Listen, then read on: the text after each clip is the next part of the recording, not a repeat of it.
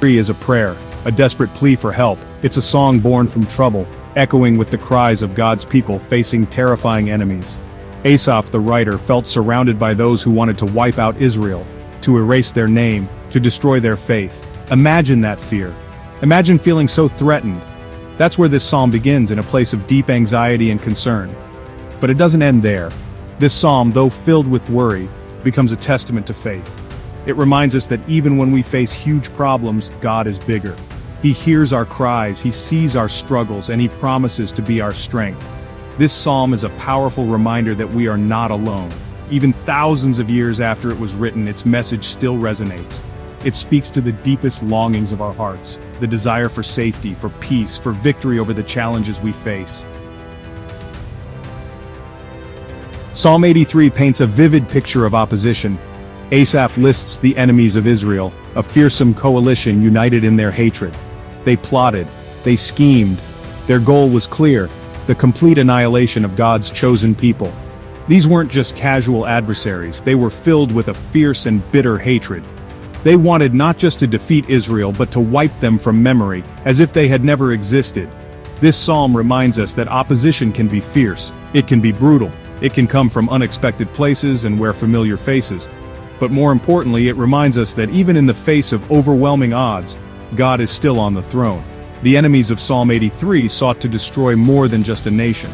They sought to destroy a faith, a belief in a God who hears and answers prayer. But their efforts were in vain. We may not face physical armies like those in Psalm 83, but we all face battles. We have our own enemies: fear, doubt, sickness, loss, and the constant pressures of life. Think about the things that threaten your peace. What steals your joy? What makes you afraid? These are the enemies we wrestle with today. They may not lay siege to our cities, but they can lay siege to our hearts and minds. Just like the psalmist, we may feel surrounded, outnumbered, and overwhelmed. The good news is, the God who fought for Israel is the same God who fights for us. He hasn't changed. His power hasn't diminished. Psalm 83 reminds us that no matter how big our problems seem, God is bigger. No matter how dark the night, His light still shines, and no matter how alone we may feel, He is always with us. Finding strength in God is like having a beacon in times of trouble. The heart of Psalm 83 is a powerful prayer. Asaph doesn't just list his complaints, he turns to God for help. He reminds himself of God's power, His faithfulness, His love for His people. This is a lesson for us. When we face difficulties, our first response should be to turn to God. We need to remind ourselves of His promises. We need to fill our minds and hearts with His truth. The Bible is filled with stories of God's faithfulness. He parted the Red Sea. He brought water from a rock. He shut the mouths of lions. He can do anything.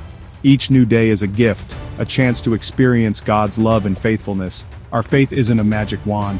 It doesn't make our problems disappear, but it does give us the strength to face them, the courage to keep going, and the hope that God is working everything out for our good.